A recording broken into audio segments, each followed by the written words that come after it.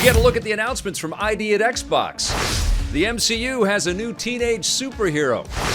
And we are navigating closer and closer towards Bethesda's Starfield. All that and the latest at Everything Cool today in The Rundown. Hey, welcome to The Rundown. My name is Victor Lucas, and I'm thrilled to see you here in the Electric Playground. We've got a fantastic episode for you today. It's brought to you by our friends at the Gaming Stadium. They are Canada's leader in online esports tournament facilitation. They've got tournaments happening every single weekend and lots of fun stuff going on. Find out all about them at tgs.gg. And one more quick thing to tell you about TGS. They've launched a new initiative called pepper.gg, and this is for all of you out there that like to put on your own tournaments, maybe put some bragging rights on the line, or challenge your friends in some interesting ways. Check them out at pepper.gg. And of course, I also have a dedication, actually two dedications today. Talking about my rundown yesterday was about Sonic the Hedgehog 2. Can't wait for Sonic 2. Also, I agree Sonic 1 is the best video game movie. That's from Decepticon, and Jorl262 said, love the first Sonic movie, and I'm really excited for the sequel. Hope it is as good or better. And I'll tell you what, Sonic the Hedgehog 2 looks like it's going to be a ton of fun. Obviously, I think what's happened here is there is a lot more comfort and, a sense that they hit it out of the park with the first film. So I think the cast is game for this, pun intended. And I think we're going to have something really special and really crazy and silly, and I think something that embraces the medium of video games, which is something that I think a lot of movies forget to do. And it starts with even the amazing poster that's out there for Sonic the Hedgehog 2, which really evokes the classic Sega Genesis Sonic the Hedgehog 2. Incredible stuff. Can't wait for that. That comes out in early April. But we've got new stuff to talk about today. Let's talk about the reveals at the ID at Xbox showcase today.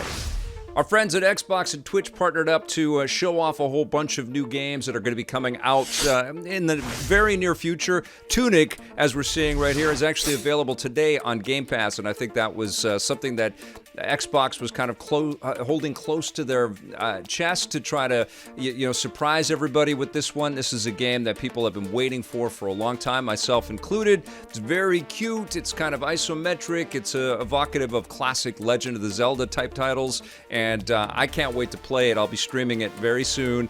I stream stuff all the time, by the way, on our Twitch channel, twitch.tv/EPN, if you like to see lots and lots of gameplay footage.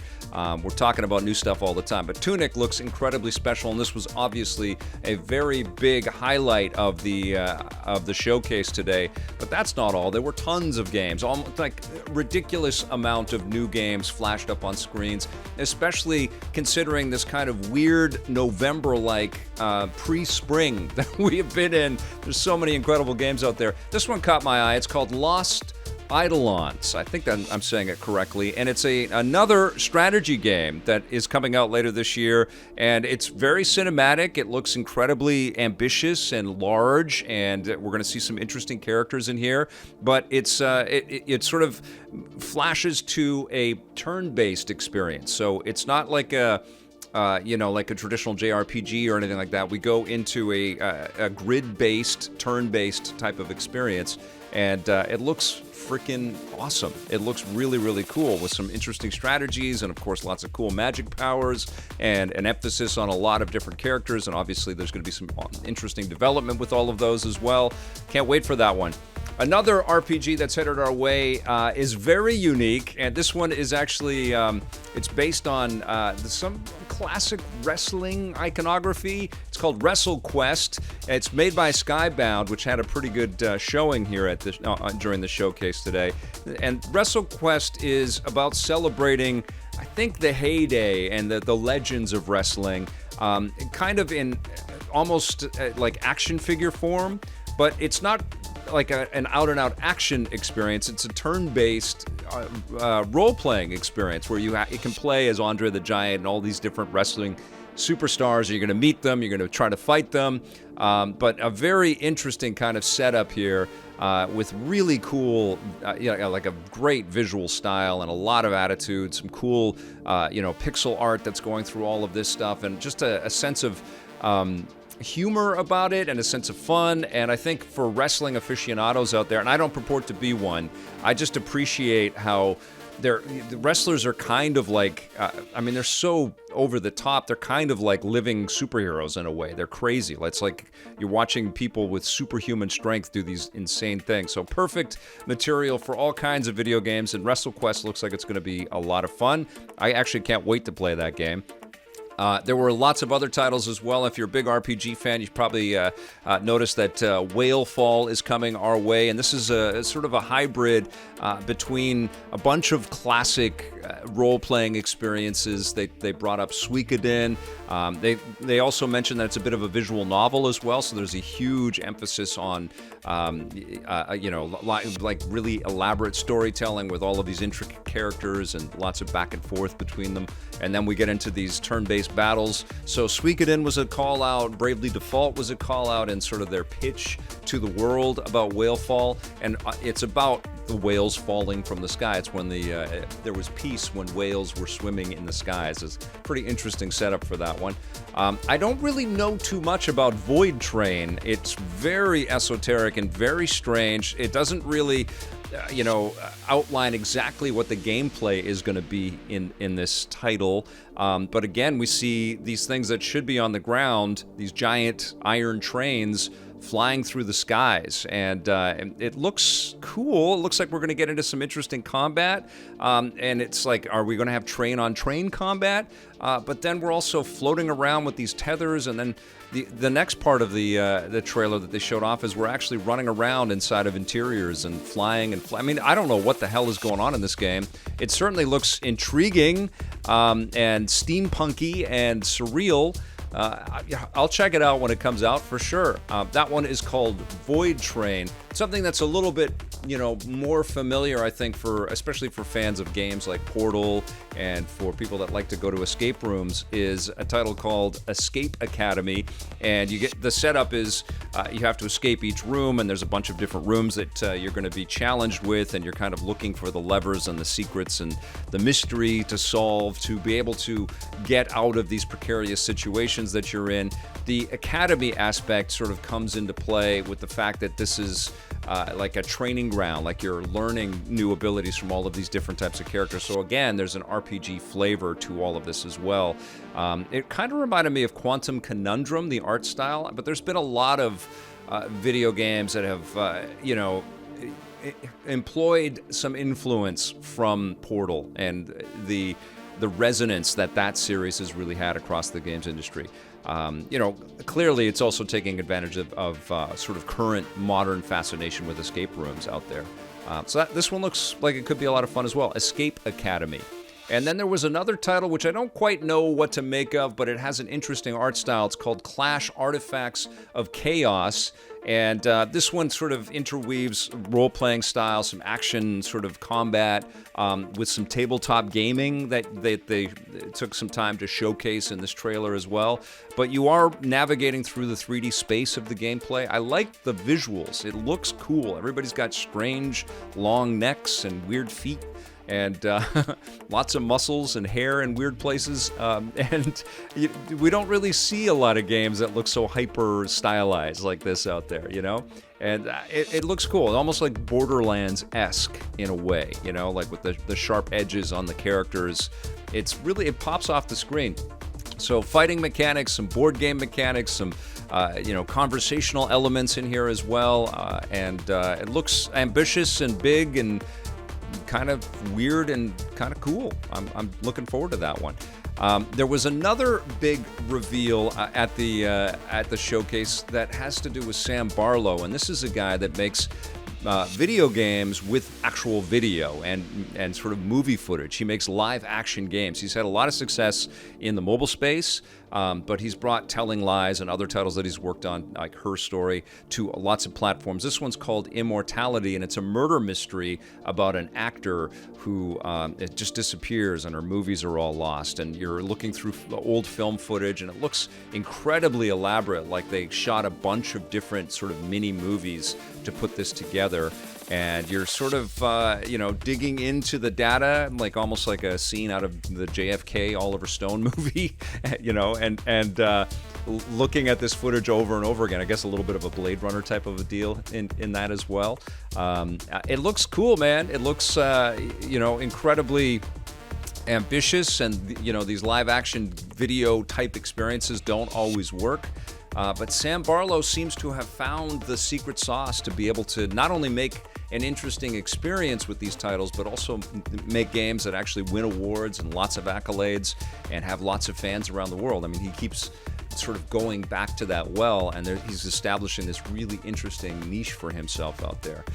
There was also a little bit more footage from an upcoming action game called There Is No Light, and this one looks incredibly dark and depressing, evocative of classic Castlevania titles.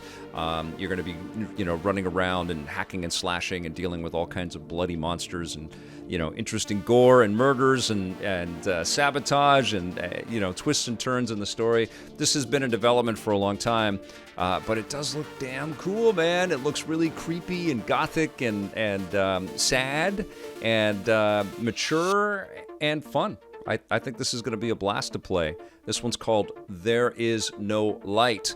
So, those were the ones that kind of piqued my interest, but there were other titles. It was a good showing. I feel a little guilty that I haven't had a lot of time to play the indie titles that have come out over the last little while because I've been so busy with these massive games like Elden Ring and Horizon. But there is a lot of interesting stuff to look forward to throughout 2022, and I'm looking forward to finding a little bit more time to get back and play some awesome, quote-unquote smaller games, and Tunic, I think, is going to be the first one that I start playing, and I'm very excited to play Tunic. Okay, let's talk a little bit about what Marvel has got on deck. We've been waiting for this one. It's called Ms. Marvel.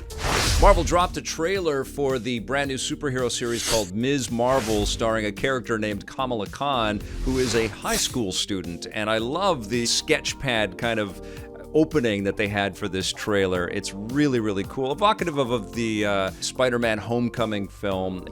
High school, on edge, everybody's, throwing shade at each other and trying to navigate through all that. But we see this young girl who is becoming a woman and has all kinds of different tastes and predilections, and she gets made fun of because she's wearing an Avenger shirt again. But she's, she's got the hormones are raging, and she is, defining herself and becoming the person that she wants to be. But she has an obsession with superheroes, and I never followed the Ms. Marvel storyline in the books, but I really enjoyed the Kamala Khan stuff that we played in the Avengers video game, and so this is, showcasing this girl that's daydreaming and thinking of herself as a super heroic person, and then through whatever kind of magic that occurs within the show and in the storyline, she actually does become a real superhero. She gets infused with these cosmic powers, and it's a little bit of a different take, I think, than we saw in the Avengers game, because it looks like it's a lot more, energy focused, the powers that she has. She doesn't have Mr. Fantastic stretchy arms and stuff, but she has these I guess wristbands that she puts on, and it gives her all kinds of cool abilities. We see her sort of take control of the costume and the powers that she's got. She starts walking on these little platforms on the air, and it just looks absolutely spectacular. Really, really cool looking show. And then, of course, I think the big moment and the big sort of flashy reveal in the trailer that we have seen so far is that she has this huge cosmic punch that she doles out to one of the bad guys there, and it just looks amazing. So, I mean, there's obviously a lot of energy and a lot of visual effects and flourishes, but also like a cool, Ferris Bueller's Day Off kind of charm about this. I'm looking forward to Ms. Marvel very much. Comes out June 8th on Disney Plus, and hopefully there were a lot of incredible lessons learned from the last year of Marvel Disney Plus stuff, and there's been some interesting tweaks and embellishments and elements added to this show to make it one of the best ones yet. That's a big ask, because Marvel is just making so much stuff for us right now. We have so many Marvel properties and projects to look forward to this year, but that is one that I am definitely looking forward to. Can't wait to watch Ms. Marvel. All right, I also can't wait to play Starfield, and Bethesda is doling out a little bit more information. Today they released a new trailer ish that takes us into the conversation around Starfield. And I really like this, that they put Istvan and Emil and Will and Todd Howard into a room, and they basically have a nice roundtable. We haven't seen too many of these roundtables over the last couple of years because of COVID and everybody having to be isolated. So what would have probably been a Zoom conversation, everybody's kind of up close and personal and having a chat about this. And the idea with this game is that it's really taking a look at the optimism of space travel and the necessity surrounding space travel, and the different ways that civilization and civilizations are going to coexist. Obviously learning and taking learnings from all of the work that Bethesda has picked up along the way, making Fallout and Elder Scrolls games, and enhancing all of those with interstellar travel and exploration, and I think trying to flip the script a little bit and not making it all about getting into dogfights and faction versus faction types of encounters. They're really working hard to create a lot more subtlety and a lot more nuance with the relationships that we're going to have. They're obviously going to be picking up a lot of existing ideas and bending them and twisting them. And they talked a little bit about, in this video, they talked a little bit about going back to Oblivion and working with the conversation trees that they would have with different characters to try to get characters to sort of bend to the player's will. And one thing that they pointed out in this conversation too is that the choices that you make don't define you forever in the game. So you can kind of walk the sort of the moral gray areas as you play. So you can sort of side up with one faction and also side up with another faction. And I think what they're really trying to do here is build something incredibly elaborate and large and expansive and hopeful, and give the players the chance to just continue to explore and to go and see all of these different worlds and to see how these different civilizations kind of exist in their own right and make every one of them feel very, very different. It's an incredibly ambitious title. I'm excited as hell because it's the first one from Bethesda that feels entirely ground up new, for in a long time, because they've been able to kind of live in the Elder Scrolls world for a long time and tune it and add to it and just make it more and more amazing to experience. And of course, they picked up the Fallout license and added their own design ethos and their perspective and their beautiful art to their interpretation of Fallout. But Starfield is like starting from scratch, and it's cool to see these super experienced developers sitting around with that amount of enthusiasm and excitement to surprise us, to surprise themselves as longtime game makers, but to come back into the world and say, well, here's what we've been up to, here's what we can do. So my hopes are incredibly high. I will say, though, this game is scheduled to come out, I think, on November 11th, so it's not that far away, and we have seen nothing from this game. We see about 8 seconds of new footage that's in this game, and it's basically we see this robot looking to the screen and saying hello, and that's about it. So there's just a tremendous amount of mystery, and I'm wondering, when Bethesda is going to really lift the veil. I guess it's going to be in the next couple of months, right? They're going to do, if it's not an E3 type thing, because we still don't know what the reality around E3 is going to be, but, Bethesda might put up their own showcase, and I guess that's what they're waiting for, right? They want the big worldwide reveal. But any little tidbit that we have seen so far from Starfield has got me intrigued. But how do you guys feel? Are you excited about Starfield? Do you want to, have you given up on Bethesda stuff? Are you looking forward to this one?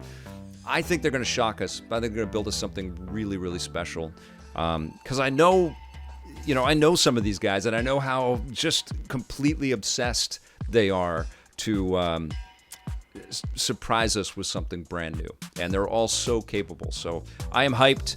But like many of you, I would have definitely liked to have seen more from the actual game today. The concept art is nice, and the conversations are nice, and it was beautifully shot. But yeah, I want to see more of the game. All right, something that I have seen a lot of recently is Horizon Forbidden West.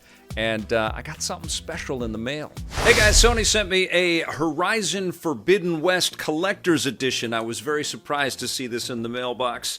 Thank you so much, Sony. Very, very excited to open this up, and that's exactly what we're going to do right now. This, of course, is a phenomenal video game. I've reviewed it already on the channel. I'll definitely put a link to that in the description, but I enjoyed my time immensely finishing Horizon Forbidden West, but I have not done all of the side missions and stuff in the game. So this is inspiring me to dive back into the game for sure.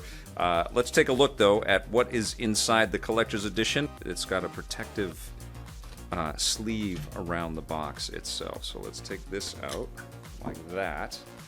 Oh, cool. Okay. I'll do it on both sides so that I can slide it right out. Ooh, all right. Gently, gently. Nice artwork all the way around the box. Take a look at that. Sort of giving you an idea of Aloy's very cinematic adventure. Oh, I see. It comes off the top like this. Okay. Oh, man. Okay, so I think I should be revealing it this way. There we go. Wow. Okay. I'll put this over here. This is huge. Oh my goodness. So I think we're supposed to eat these right away. Stick those right into our mouth. Okay, yeah. This is incredibly elaborate. A little Aloy right here. Let's take her out gently, carefully. There we are. There's a tiny little Aloy. Let's see if you can see that right there. Horizon Forbidden West statue. It comes with some instructions for how to put everything together. Isn't it? Oh, it's the trunk. Right. Of course. I'm so silly. That's where it goes. It goes in the front. Doesn't go on the back. Come on. Get to know your elephants. All right.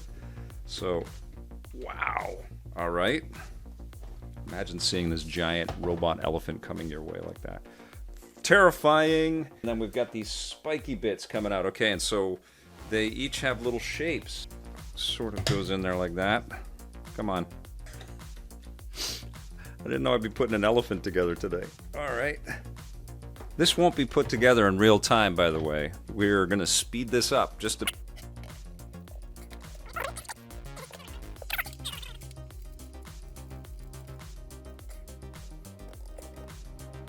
All right, so this is called the Tremor Tusk. I just saw on the back of the box. Accurate and appropriate name for this thing. Absolutely staggeringly enormous and huge and beautifully designed. There's so much cool detail in this.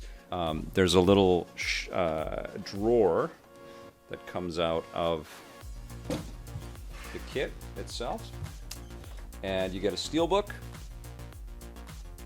And you get the Horizon Forbidden West art book as well, so you can take a look at some of the artwork that has gone into building this absolutely gorgeous game. People work so hard on this sucker over the last 5 years, and you can tell. In every frame of the game, you can tell. There you go. So there it is. It's the Tremor Tusk and Aloy statue. We've got the art book and the steel book for the game with a bunch of collectibles for the in-game items and stuff as well. Incredible package. This is the Horizon Forbidden West Collector's Edition. Thank you, PlayStation. This is now going to become a very cool part of the Electric Playground basement set.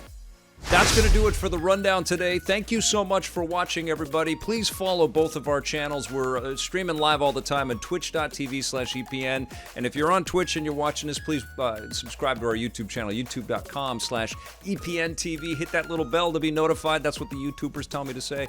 That's going to do it for the show today, though. Thank you all for your support. We'll see you soon. And until then, play forever.